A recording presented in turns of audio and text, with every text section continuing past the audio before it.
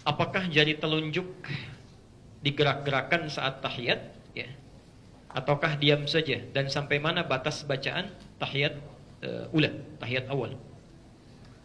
Baik. Apakah jari telunjuk digerak-gerakan saat tahiyat ataukah diam saja, dan sampai mana batas bacaan tahiyat awal? Hadis Muslim, riwayat Muslim, nomor hadis 913. Nomor hadis 913. At-Tirmidzi, bukan Tirmidzi tapi At-Tirmidzi. Nomor hadis 296. Nomor hadis 296. Dari Abdullah bin Umar. Ya. Sudah? Pelan-pelan.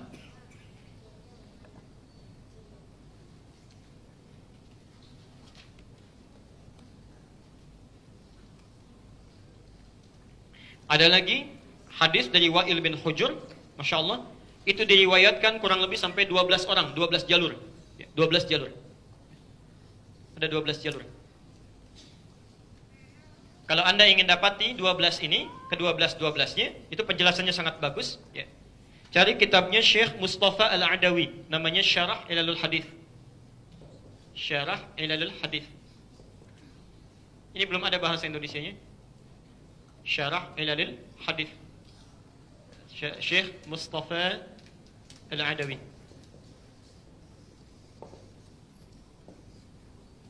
Halaman 178 sampai 180.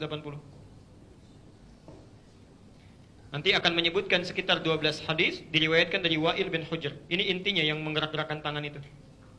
Wa'il bin Hujr. Pelan-pelan. Hadis pertama dari Ibnu Umar, ya, radhiyallahu anhuma, anaknya Umar bin Khattab, semoga Allah meridai kepada beliau dan orang tuanya. Beliau menyampaikan adalah Nabi sallallahu alaihi wasallam ketika memulai salat, ya, beliau menerangkan dengan panjang mulai dari bertakbir, ya, sampai dengan duduk di akhirnya. Ya. Saya akan percepat saja sampai duduk di akhir. Kata beliau, fa wada'a kaffahul yumna ala fakhidhil yumna. Beliau meletakkan telapak tangan yang kanan di paha yang kanannya. Ya. Jadi telapak tangan yang kanan diletakkan di paha yang kanannya. Ya. Ada sebagian riwayat mendekatkan ke arah tempurungnya. Jadi ada yang dekat ke tempurung, ada yang di pahanya. Itu dua-duanya sahih riwayatnya. Ya. Kemudian perhatikan, melipat tangannya yang jempol ibham bertemu dengan yang wusta, yang tengah, gini. Jelas ya? Jadi meletakkan telapak tangan di pahanya, kemudian yang jempol dilingkarkan bertemu dengan yang tengah, yang wusta, gini. Jelas ya? Bukan yang jari kelingking. Ya. Kalau yang ini apa? Manis. Kalau yang asam yang mana? Apa disebut manis ya? Nah ini kelingking, ini manis, ini tengah, yang ini telunjuk, ini jempol. Jadi jempol bertemu dengan yang tengah sini. Kemudian perhatikan, mengangkat rafa'as sababah, mengangkat yang telunjuknya. Ya, mengangkat begini telunjuknya. Tsumma yad'u biha, ketika diangkat ini beliau berdoa. Beliau berdoa. Ini hadis pertama yang menyampaikan riwayat mengangkat tanpa menggerak-gerakannya. Ya, enggak pakai cuma ngangkat aja, ngangkat, tidak digerak-gerakan. Pelan-pelan. Anda bisa temukan itu di hadis Muslim, nomor hadis 913 tadi, dan At-Tirmidzi, nomor hadis 296. Ya. Hadisnya dari Ibnu Umar. Ya. Jadi mengangkat telunjuk tanpa menggerak-gerakannya, cuma diangkat begini, kemudian tanpa digerak-gerakan. Pelan-pelan, saya selesaikan dulu ini ya, supaya nanti tidak bertanya lagi. Menyikapi hadis ini, hadisnya sahih. Ya, hadisnya sahih. Menyikapi hadis ini, ulama kemudian berbeda pendapat dalam prakteknya. Berbeda pendapat dalam prakteknya. Imam Malik, beliau berpandangan, karena hadisnya mengatakan mengangkat telunjuknya saat tahiyat, meletakkan tangannya di pahanya, mengangkat kemudian jari yang telunjuknya, melipat jempol dengan jari tengahnya begini, diangkat, yad'u biha, kemudian beliau berdoa. Maka Imam Malik menyimpulkan mengangkat telunjuk saat tahiyat ini dimulai dari awal bacaan tahiyatnya. Ya. Jadi ketika Anda mengatakan at-tahiyyatu lillah, ya, atau at-tahiyyatul mubarakatus salawatut thayyibat, itu ada. Yang satu dari Abdullah bin Mas'ud, satu dari Abdullah bin Umar. Jadi ketika Anda mengatakan at-tahiyatu lillah, telunjuk diangkat begini. Ya. Jelas sampai sini?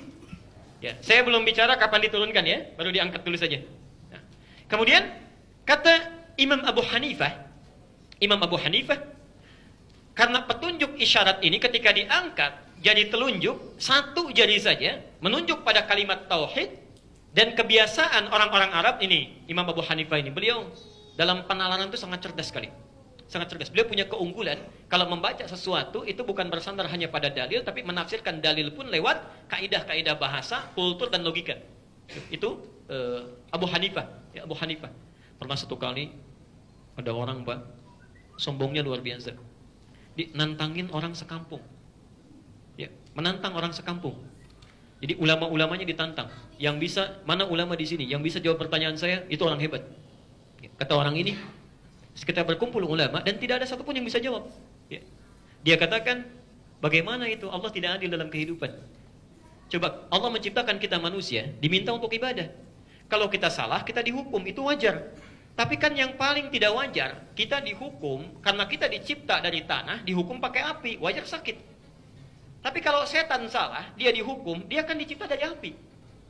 Disiksa dengan api juga. Ya, jadi dia disiksa dengan bahan penciptaannya. Bagaimana bisa merasa sakit? Ya. Jadi kalau manusia dihukum, manusia terbuat dari apa? Tanah. Dari mana tahunya? Al-Quran, surah 15 ayat ke-28. Ya. Setan dicipta dari apa? Dari mana tahunya? Satu ayat sebelumnya. Ya. Wal janna khalaqnahu min naris samum, khalaqnahu min qablu min naris samum.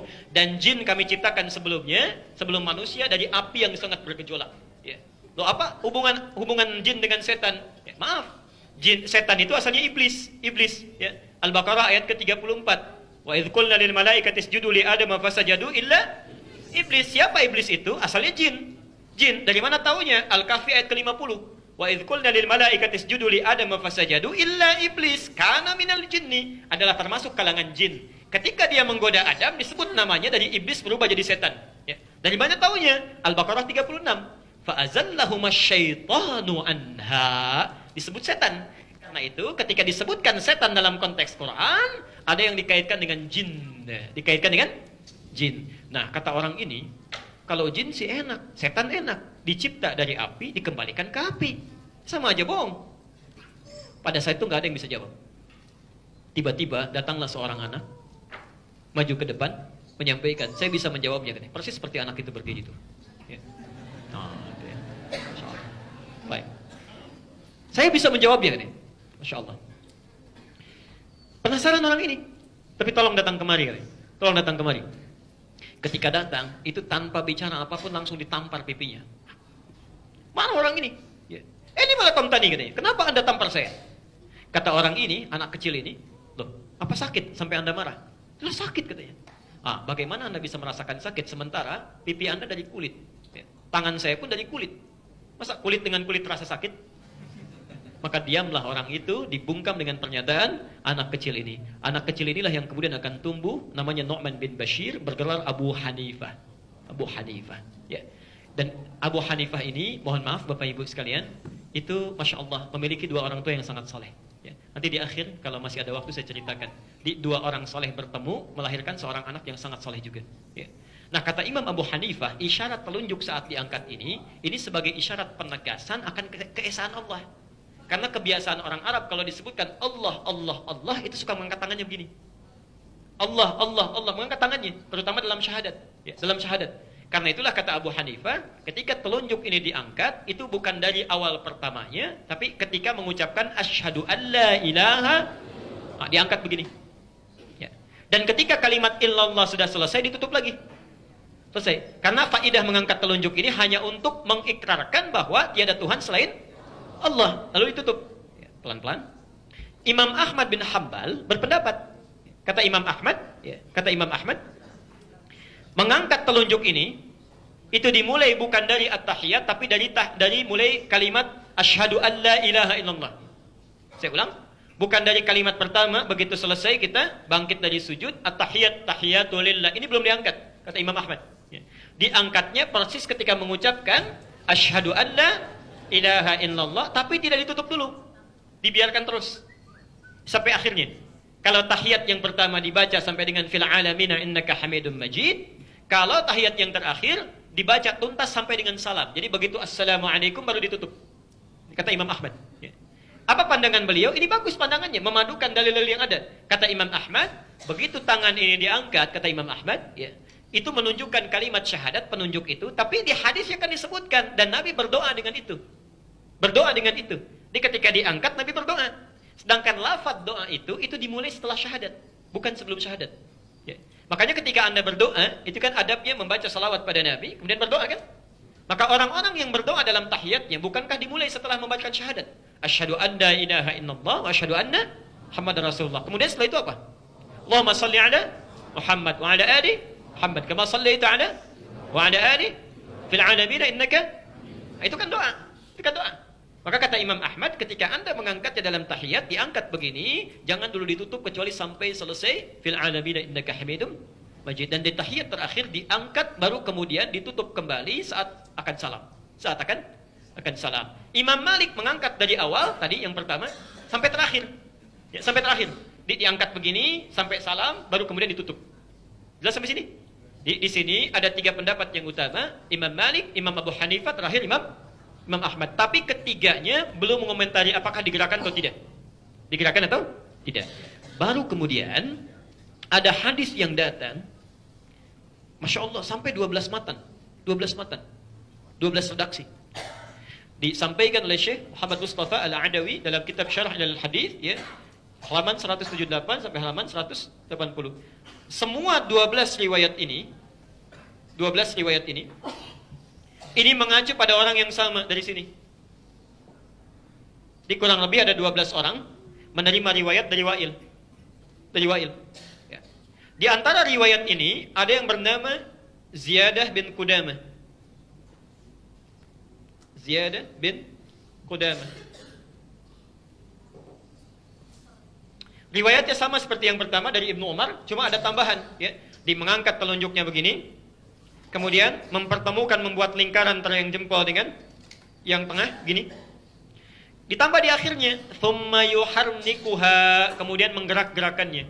Thumma yuharnikuha gini. Yuharnikuha. Pelan-pelan.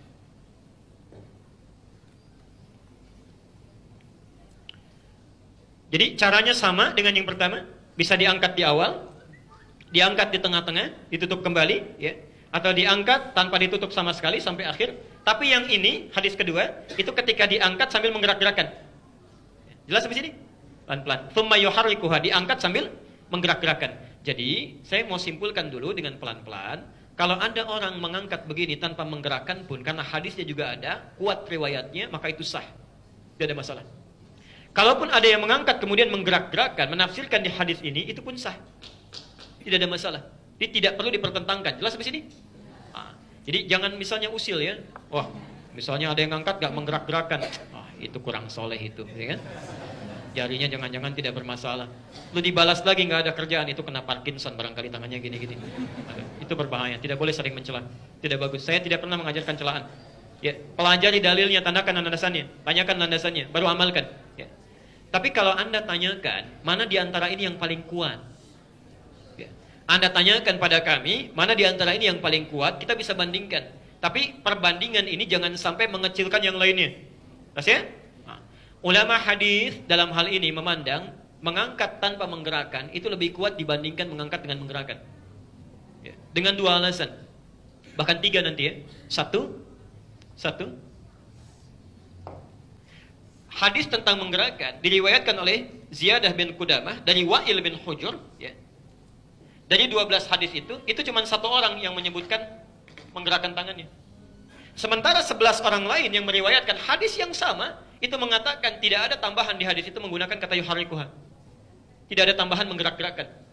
Ada 12 orang meriwayatkan dari orang yang sama, 11 orang mengatakan enggak ada tambahan menggerak-gerakkan. Yang 1 mengatakan digerak-gerakkan. Ya. Jadi kalau 11 berbanding dengan 1, kira-kira yang lebih kuat yang mana? Maka dari itu kata para ulama, jika ada satu riwayat bertentangan dengan banyak yang thiqah, maka yang ini ditinggalkan.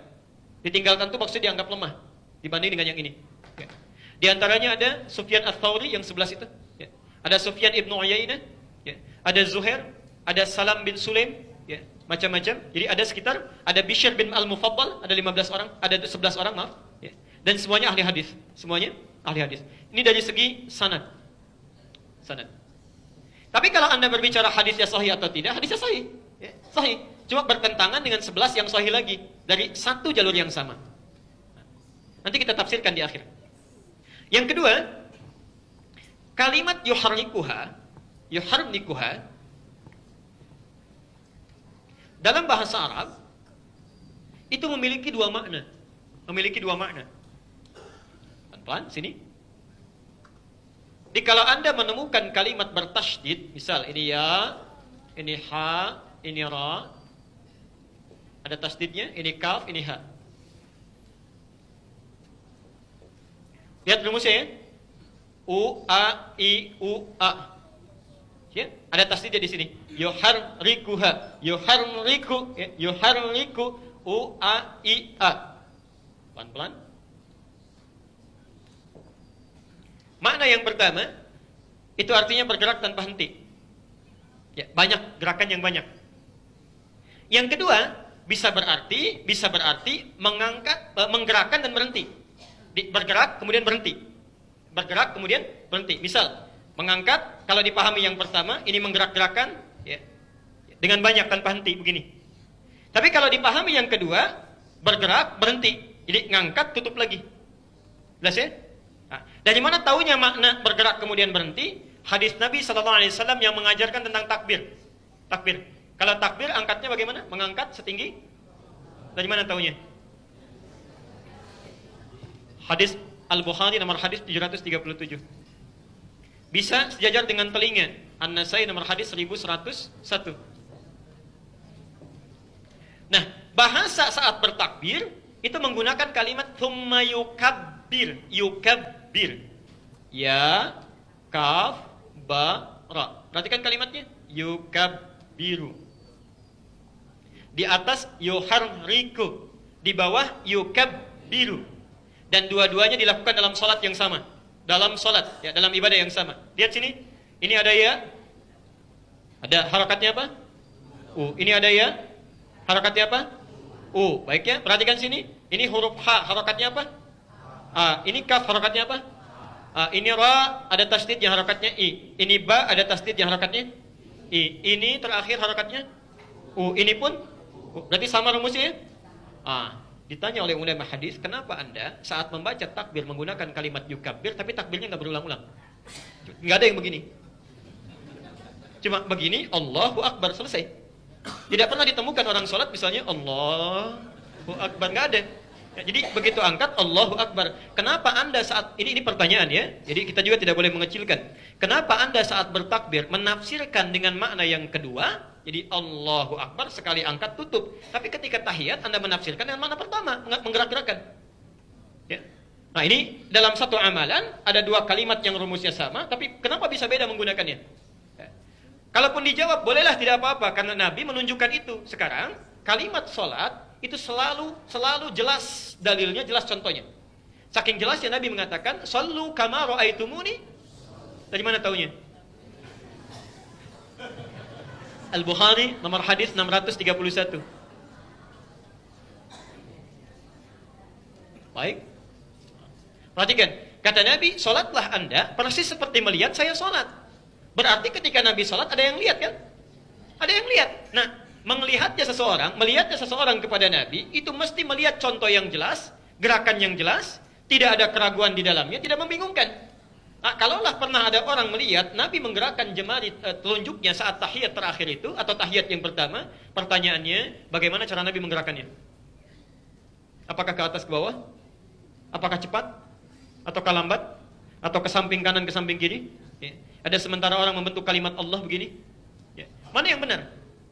Nah, kaidah usul fikih menyebutkan sesuatu yang jelas tanpa ditafsirkan itu lebih kuat dibandingkan dengan sesuatu yang mesti ada penafsiran. Jelas ya? Karena itu dalam hal ini ulama hadis memandang mengangkat telunjuk begini tanpa menggerakkan itu dipandang lebih kuat dari sisi matan dan sanadnya dibandingkan dengan yang menggerak-gerakan seperti ini. Nah, Syekh Mustafa Al-Adawi menyimpulkan barangkali yang dimaksud dengan hadis Ziyad ini bukan menggerak-gerakan tapi mengangkat menutup lagi seperti penafsiran Abu Hanifah tadi. Ya. Tapi yang paling indah kesimpulan terakhirnya itu semua kata beliau hanya pandangan dan penafsiran. Ya, tidak harus pendapat yang kita yakini sampai harus mengecilkan dan merendahkan pendapat orang lain yang memilih hal yang berbeda dengan kita. Ya, sepanjang ada dalilnya. Ya. Jelas sampai sini ya? Baik. Tapi mohon sebesar-besarnya jangan mencari alasan-alasan untuk membenarkan pendapat yang kita ambil pada hal yang tidak ada tuntunannya. Saya pernah dengar Ustaz menggerak-gerakkan begini itu untuk musir setan katanya supaya setannya nggak datang begini. Itu nggak ada hubungannya. Ya. Tidak ada hubungannya. Baik. Ya, jangan bercanda dengan agama ya.